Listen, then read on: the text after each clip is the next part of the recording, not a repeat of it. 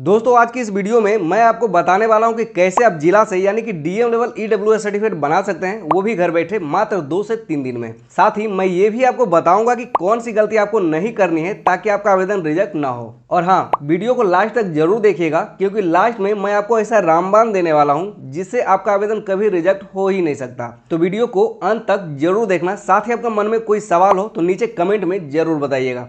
तो आइए वीडियो को शुरू करते हैं। इससे पहले आपसे छोटा सा रिक्वेस्ट है, अगर आप इस चैनल पर नए हैं तो प्लीज़ चैनल को सब्सक्राइब कर लीजिए और वीडियो यदि थोड़ा सा भी आपको अच्छा लगे तो प्लीज़ लाइक जरूर कीजिएगा। तो आइए वीडियो को शुरू करते हैं। सबसे पहले सर्विस प्लस वेबसाइट का इस पेज पे आपको आ जाना है। यहाँ पे आने के बाद देखिए यहाँ पे एक ऑप्शन है अप्लाई फॉर सर्विस का, आपको इस पर क्लिक करके यहाँ पे एक ऑप्शन और आ जाएगा व्यू ऑल अवेलेबल सर्विस, आपको इस पर क्लिक कर देना है। उसके बाद आपके सामने सर्विस प्लस वेबसाइट से रिलेटेड जितना भी सर्विस आपके लिए अवेलेबल है सारा लिस्ट यहाँ पे इस तरीके से आ जाएगा। आप चाहें तो यहाँ पे 100 नंबर कर रहा है, इसको बढ़ाकर आप 50 100 जितना चाहें आप यहाँ पे कर सकते हैं, ठीक है। उसके बाद यहाँ पे इस तरीके से आपको स्क्रॉल करके नीचे आना है। नीचे आने के बाद यहाँ पे देखिए एक ऑप्शन आपको मिलेगा issue of economically weaker section certificate DM level, RO level, SDO level, तीनों आपको यहीं पे दिख जाएगा, ठीक है। यहीं से आप अप्लाई कर सकते हैं। सबसे पहले आपको आरओ लेवल बनाना है, उसके बाद आपका एसडीओ लेवल, उसके बाद ही आप डीएम लेवल के लिए अप्लाई कर सकते हैं, ठीक है। तो मेरा यहाँ पे आरओ लेवल, एसडीओ लेवल दोनों मेरा यहाँ पे बना हुआ है। मुझे अब यहाँ पे डीएम लेवल के लिए अप्लाई करना है, जिला से हम मुझे बनाना है। तो यहाँ पे देखिए फर्स्ट वाला जो ये ऑप्शन है डीएम लेवल का, आपको इस पे क्लिक करना है जब आप जिला से बनाएंगे तो। उसके बाद आपके सामने इस तरीके से ओपन होगा। आप यहाँ पे देख सकते हैं लिखा हुआ है राजस्व अधिकारी या फिर अनुमंडलाधिकारी स्तर से निर्गत प्रमाण पत्र संख्या, यानी कि जो आपका आरओ लेवल से बना हुआ सर्टिफिकेट है या फिर एसडीओ लेवल से बना हुआ जो सर्टिफिकेट है, दोनों में से किसी एक का सर्टिफिकेट नंबर आपको यहाँ पे पेस्ट करना है कॉपी करके, ठीक है। यहाँ पे आपको टाइप करना है।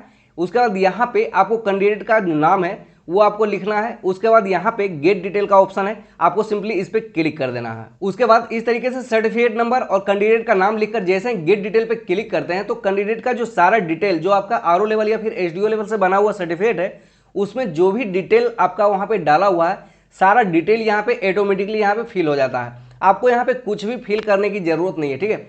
इस तरीके से स्क्रॉल करके नीचे आएंगे तो यहाँ पे देखिए आपका मोबाइल नंबर भी शो करेगा। यदि आपने यहाँ पे ईमेल आईडी डाला होगा तो यहाँ पे आपका ईमेल आईडी भी शो करेगा, ठीक है।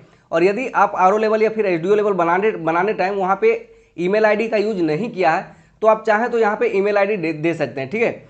उसके बाद यहाँ पे देखिए आपको फोटो भी अपलोड करने की जरूरत नहीं है, फोटो भी आपका पहले से यहाँ पे अपलोड है। उसके बाद यहाँ पे आप देखेंगे राजस्व अधिकारी का नाम भी आपका शो करेगा और जब आपका आरओ लेवल सर्टिफिकेट बनता है वो इशू डेट भी आपका यहाँ पे शो करेगा, ठीक है। ऐसा तब होगा जब आप अंचल से बना हुआ सर्टिफिकेट यानी कि आरओ लेवल से बना हुआ सर्टिफिकेट का सर्टिफिकेट नंबर डालकर गेट डिटेल पे क्लिक करेंगे, तभी आपका यहाँ पे राजस्व अधिकारी का नाम और राजस्व स्तर से निर्गत प्रमाण पत्र की तिथि आपको यहाँ पे दिखाई देगा। और यदि आप अनुमंडल से यानी कि एसडीओ लेवल का बना हुआ सर्टिफिकेट का सर्टिफिकेट नंबर डालकर जब आप आगे बढ़ेंगे तब आपको यहाँ पे अनुमंडल अधिकारी का नाम यहाँ पे शो करेगा। जो आपका एसडीओ है उनका नाम आपका यहाँ पे शो करेगा और अनुमंडल स्तर से निर्गत जो प्रमाण पत्र है उसका इशू डेट आपको यहाँ पे शो करेगा, ठीक है। ऐसा तब होगा जब आप अनुमंडल अधिकारी से बना हुआ सर्टिफिकेट यानी एसडीओ लेवल से बना हुआ सर्टिफिकेट का सर्टिफिकेट नंबर डालकर जब आगे बढ़ेंगे तब आपको यहाँ पे अनुमंडल अधिकारी का नाम यहाँ पे शो करेगा। उसके बाद यहाँ पे आप देखेंगे दस्तावेज चयन सूची में चेकलिस्ट में यहाँ पे पहले से आपका टिक किया हुआ रहेगा। यहाँ पे आप देख सकते हैं लिखा हुआ है राजस्व अधिकारी या फिर अनुमंडल अधिकारी द्वारा निर्गत प्रमाण पत्र की छाया प्रति, दोनों में से किसी एक को आप यहाँ पे अपलोड कर सकते हैं, जो कि मैं अभी आगे आपको बताने वाला हूँ। इस तरीके से स्क्रॉल करेंगे तो नीचे आप आएंगे तो यहाँ पे आपका सारा डिटेल्स यहाँ पे पहले से यहाँ पे फिल किया हुआ है। यहाँ पे आई एग्री का एक ऑप्शन है, आपको इसको एक्सेप्ट कर लेना है, ठीक है। इस तरीके से आपको टिक कर देना है।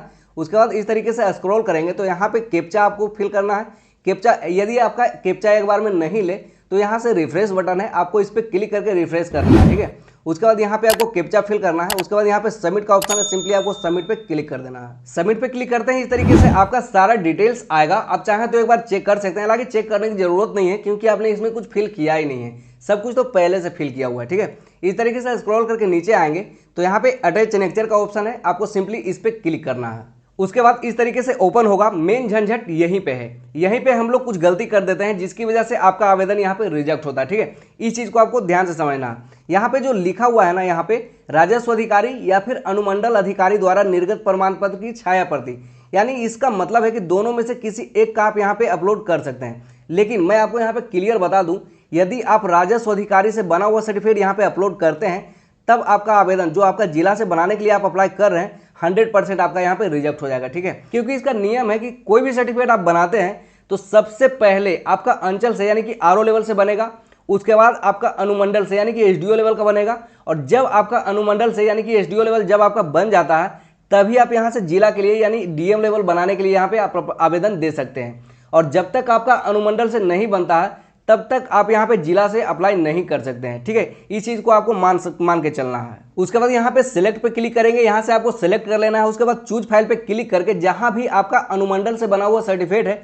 फिर मैं आपको यहाँ पे क्लियर कर दूँ कि यहाँ पे आप अनुमंडल से जो बना हुआ सर्टिफिकेट है वही आपको यहाँ पे अपलोड करना है। ठीक है, आरओ लेवल से बना हुआ सर्टिफिकेट आप यहाँ पे अपलोड नहीं करना है, आपको इस चीज़ को आपको ध्यान रखना है। तो जहाँ भी आपका अनुमंडल से बना हुआ सर्टिफिकेट है यानी कि एसडीओ लेवल से बना हुआ सर्टिफिकेट जहाँ भी आपका रखा हुआ है वहाँ से आपको सेलेक्ट कर लेना है। इस तरीके से सेलेक्ट करने के बाद यहाँ पे देखिए ओपन का ऑप्शन है, आपको ओपन पे क्लिक करना है, आपका सर्टिफिकेट यहाँ पे आ जाएगा। ठीक है, उसके बाद यहाँ पे दस्तावेज में यहाँ से सेलेक्ट करेंगे, इतना सारा लिस्ट में जो भी आपके पास अवेलेबल है आपको यहाँ से सेलेक्ट करके यहाँ पे चूज फाइल पे क्लिक करेंगे। उसके बाद जहाँ भी आपका डॉक्यूमेंट्स रखा हो वहाँ से आपको सेलेक्ट कर लेना है इस तरीके से। उसके बाद ओपन पे क्लिक करेंगे, यहाँ पे आ जाएगा। उसके बाद यहाँ पे देखिए सेव एनेक्चर का ऑप्शन है, सिंपली आपको इस पर क्लिक कर देना है।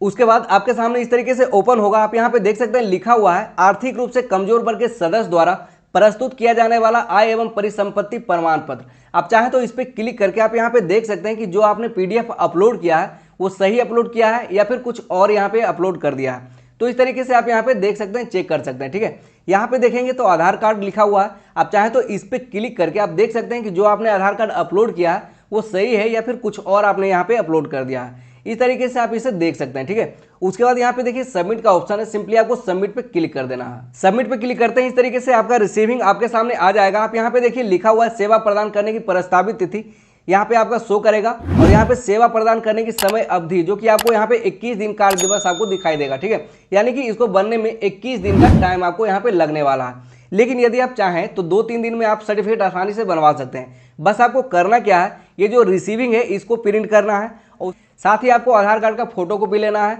और जो आपका अनुमंडल से बना हुआ सर्टिफिकेट है, जो आपका एसडीओ लेवल से बना हुआ सर्टिफिकेट है, इसको आपको लेना है एक कॉपी। ठीक है, उसके बाद इस तीनों को आपको अटैच करना है और जाना कहाँ पे है, तो जिला का जो कार्यालय है जहाँ की आपका डीएम लेवल का सर्टिफिकेट आपका बनता है वहाँ पे जाना है, और जो वहाँ पे ऑपरेटर हैं उनसे आपको मिलकर रिक्वेस्ट करना है, उनके पास चीज़ जमा करना है। ठीक है, उसके बाद उनसे आपको रिक्वेस्ट करना है कि सर मुझे बहुत ही अर्जेंट है, प्लीज़ मेरा यहाँ पे 1 से 2 दिन में सर्टिफिकेट जनरेट कर दीजिए।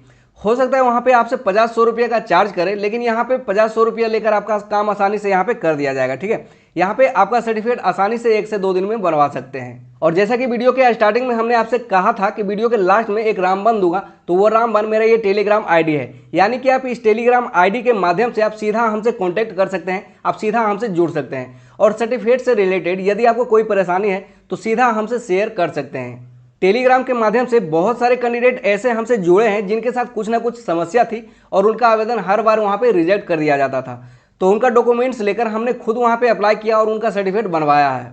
उम्मीद है जानकारी आपको अच्छी लगी होगी, तो वीडियो में अंत तक बने रहने के लिए आपका बहुत बहुत थैंक यू, धन्यवाद।